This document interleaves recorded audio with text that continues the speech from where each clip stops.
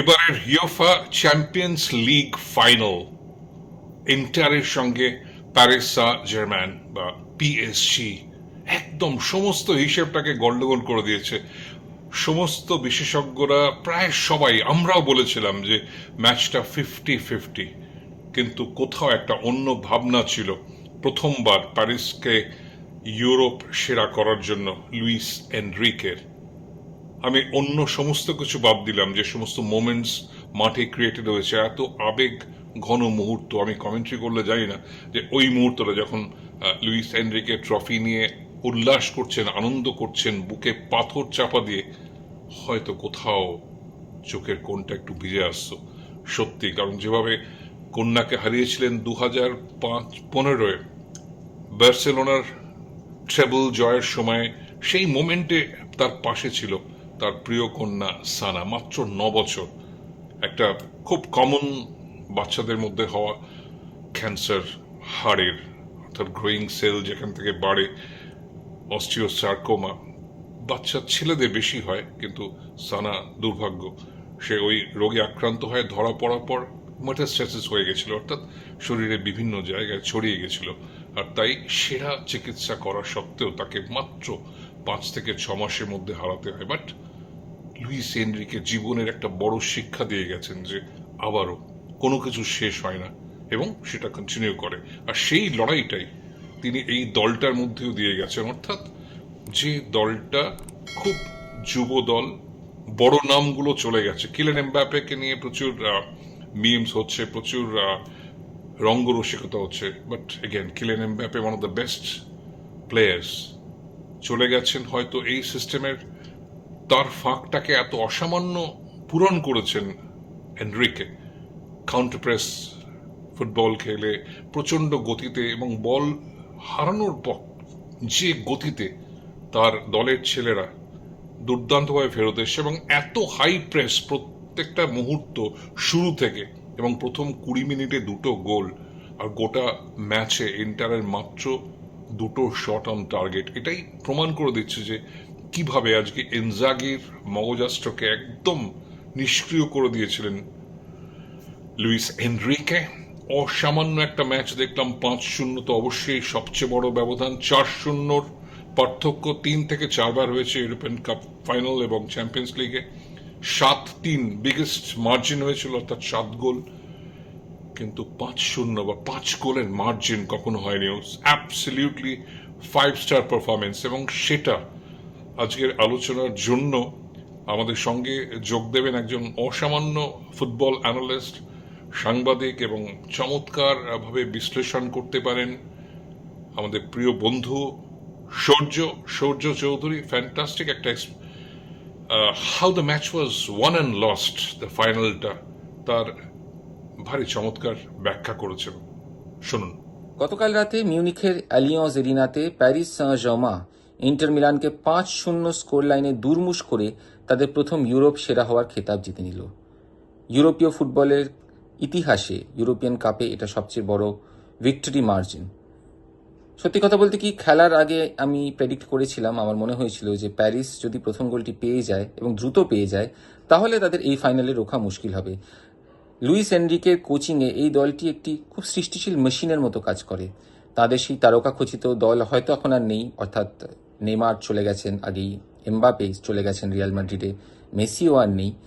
তাই জন্য দলটিতে সেরকম স্টার পাওয়ার নেই, কিন্তু ভীষণ প্রতিভাশালী একটি ইউনিট করেছেন লুইস এনরিকে, যাদের গড় বয়স খুবই কম, 24-এর আশেপাশে, এবং কিছু কিছু পরিবর্তন তিনি এনেছেন যাতে দলটি ইন্ডিভিজুয়াল ট্যালেন্টের ওপর অতটা ভরসা করে না, যদিও প্রত্যেকেই ভীষণ ট্যালেন্টেড, সবাই একটা মেশিনের মতো কাজ করে। সেই মেশিনটি অবশ্যই ভীষণ সৃষ্টিশীল, ক্রিয়েটিভ একটি মেশিন, এবং তারা খুব হাই প্রেস করে, তারা অপোনেন্টকে বলে থাকতে দেয় না, তারা যখন ব্রেক করে 3-4টে ক্ষুরোধার পাসে তারা কিন্তু অপোজিশন ডিফেন্সে পৌঁছে যায়। এবং এই কটা ফ্যাক্টর সবসময় একটা দলের পক্ষে কঠিন হয়ে পড়ে ট্যাকেল করা, বিশেষ করে তারা যদি স্লাগিশ বা স্লো স্টার্ট করে। ইন্টার মিলানের এই টেন্ডেন্সিটা থাকার একটা সম্ভাবনা বা আশঙ্কা ছিল কালকে, এ বিষয়ে কোনো সন্দেহ নেই। ইন্টার ভীষণ অভিজ্ঞ একটি দল, অবশ্যই ভীষণ অভিজ্ঞ ফুটবলাররা রয়েছেন, কিন্তু গড় বয়স বেশ হাই। কিন্তু আমি একবারও কল্পনা করিনি যে একটি গোল খেয়ে তারা যদি হেরেও যায় তারা একবারও কোনো জবাব দেওয়ার জায়গাতেই পৌঁছতে পারবে না। দ্বিতীয়ার্ধে যখন আমি খেলাটি দেখছিলাম তখন মনে হচ্ছিল মেন এগেইনস্ট বয়েজ খেলা হচ্ছে। এত ওয়ান সাইডেড একটা ইউরোপিয়ান কাপ বা চ্যাম্পিয়ন্স লিগ ফাইনাল আমি আমার জীবদ্দশায় দেখিনি। তার কারণ দ্বিতীয়ার্ধে 5-0 অবশ্যই স্কোর লাইন হয়েছে, কিন্তু 3 গোলের বেশি, অর্থাৎ 4-5টি গোল হতে পারতো। আরও এম্বারেসিং হতে পারতো ইন্টার মিলানের জন্য এই ফাইনালটি। কোনো সময়ই মনে হয়নি তারা খেলাটিতে রয়েছে। তার একটি কারণ, আপনারা যদি প্রথম থেকে খেলাটি দেখে থাকেন তাহলে বলবো যে প্রথম থেকে একটা ভীষণ বড় স্ট্র্যাটেজির মাধ্যমে কিন্তু লুইস এনরিকে দলকে সাজিয়েছিলেন। সেটি হচ্ছে অপোনেন্টের হাফে তাদের প্রেস করা। কিক অফে দেখুন কি হলো, বলটি অদ্ভুতভাবে প্যারিস কিক অফ করার পর ইন্টার মিলানের টাচ লাইনে পাঠিয়ে দিল তাদের বক্সের মধ্যে। লক্ষ্যটি কি, বল পজিশন রাখা নয়, কিন্তু ইন্টারকে থ্রো ইন করতে দেওয়া এবং তাদের প্রেস করা। তারা জানতেন যে ইয়াঙ্গার লেগস থাকলে আমরা বেটার প্রেস করতে পারবো, এবং ইন্টার কিন্তু বল রাখতেই পারছিল না। যখনই তারা বল পাচ্ছিল তারা 2-3টে পাসের মধ্যে বলটি হারিয়ে ফেলছিল এই প্রেসের জন্য। এবং তারপর ভিটিনিয়ারা, ডেম্বেলেরা কিন্তু সুন্দরভাবে অপোজিশন বক্সে ঢুকে যাচ্ছিলেন এবং মনে হচ্ছিল যে কোনো মুহূর্তে গোল আসতে পারে, এবং তারপর গোলটি এলো। ভিটিনিয়া সেই পাসটি খেললেন বক্সের মধ্যে, এবং তারপর ডুয়েট থেকে পাসটি গেল হাকিমির কাছে। হাকিমি খুব সুন্দর ফিনিশ করলেন। এরকম ধরনের গোল কিন্তু বারংবার প্যারিস সাঁ-জার্মাঁ এবারে চ্যাম্পিয়ন্স লিগে করেছে। হ্যাঁ, প্রথম দিকে কিন্তু সিজনে তারা এবারে ইউরোপিয়ান সিজনে প্রায় আউট হয়ে যাওয়ার একটা অবস্থায় পৌঁছে গেছিল। অর্থাৎ একটাই সিজনের মধ্যে যেখানে দল প্রায় এলিমিনেট হয়ে যাচ্ছে, সেখান থেকে দলকে ঘুরিয়ে ইউরোপ সেরা করা। এবং আমার মনে হচ্ছে কালকে ফুটবল যেরকম খেলেছে তাদের সেই ফুটবলটা দেখে তার এই মধ্যে পৃথিবীর সেরা ফুটবল দল, ক্লাব ফুটবল বিশেষ করে, সেটা করা কিন্তু একটা রিমার্কেবল অ্যাচিভমেন্ট লুইস এনরিকের জন্য। তিনি জীবনে ভীষণ পার্সোনাল ট্র্যাজেডি অনেকগুলি পেরিয়ে এসেছেন, এবং দলকে তিনি যেভাবে সাজিয়েছেন তারপর, সেটা কিন্তু সত্যিই কুর্নিশ জানানোর মতো। শুধু সৃষ্টিশীল ফুটবল নয়, ডুয়ের কথা তো আমরা বললামই, ক্রাভাটস্কেলিয়া তিনিও একটি দারুণ দুর্দান্ত ক্ষুরোধার ব্রেকের পর গোল পেলেন। ডেম্বেলে দুর্দান্ত কিছু টাচেস খেলছিলেন। ভিটিনিয়ার কথা বলেছি, ফাবিয়ান রুইজের কথা বলেছি, এরা দারুণ বল প্লেয়ার সবাই। ডুয়ের কথাও বললাম, কিন্তু তারা অফ দ্য বল কি দারুণ ফুটবল খেলেন সেটা দেখার মতো। 3-0 এগিয়ে যাওয়ার পরও ক্রাভাটস্কেলিয়া ট্র্যাক ব্যাক করছিলেন, মানে যখন ডামফ্রিজ ব্রেক করার চেষ্টা করছিলেন। এরকম কমিটমেন্ট টু দ্য কজ যাকে বলে, সেটা কিন্তু খুব একটা বেশি দেখা যায় না এতটা এগিয়ে যাওয়ার পর। এরকম একটা সেলিব্রেটরি মুড তখন তৈরি হয়ে গেছে দলের।